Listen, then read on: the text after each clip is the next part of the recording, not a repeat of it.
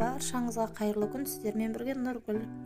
Алдыңғы видеода уәде бергендей, бүгін сіздермен пирожныйдан қалған корждармен картошка пирожный жасайтын боламыз.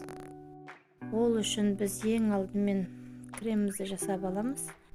Творожный сырымызды және құмшекерімізді салып, жақсылап 2 минуттай, 1,5-2 минуттай миксерлеп аламыз. Содан соң барып үстіне сливкимізді құйып, барлығын қою біркелкі масса болғанша барлығын миксерлейміз.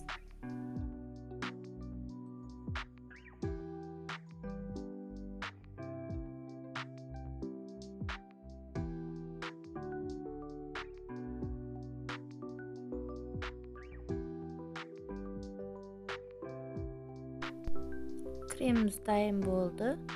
Енді коржықтарымызды барлығы торттан, печеныйдан қалған, пирожныйдан қалған коржықтарымызды измельчительге салып езіп аламыз. Немесе кәдімгі оқтаумен де барлығын үгітсек болады. Барлығын жақсылап үгітіп аламыз.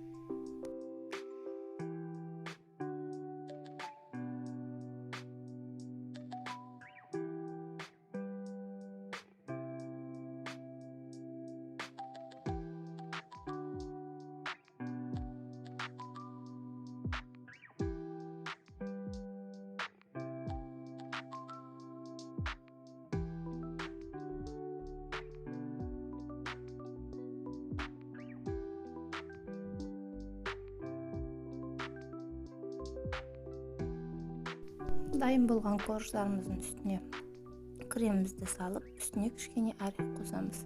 Дәмі деген бір керемет шығады. Барлығын араластырып, жақсылап жұмсақ капсулаға 60 граммнан саламыз. Көлемі әдемі болады.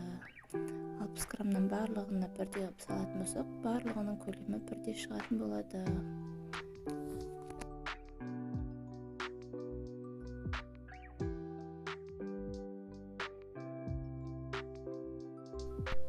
Корждарымызды осылай барлығын біркелкі қылып 60 граммнан бөліп алып, оны кокосқа осылай айналдырып аунатып алсаңыздар болады, немесе сеуіп шықсаңыздар да болады.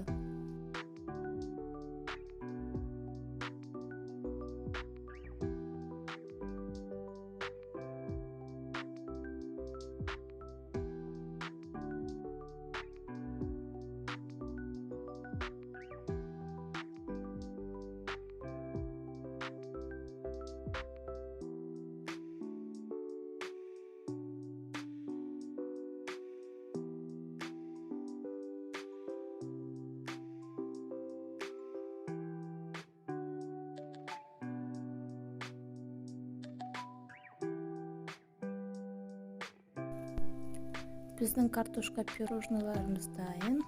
Баршаңызға ас болсын, жасап көріңіздер. Видеоның соңына дейін көргендеріңіз үшін рахмет. Келесі видеода кездескенше қош сау болыңыздар. Каналыма тіркеліп кетуді ұмытпаңыздар.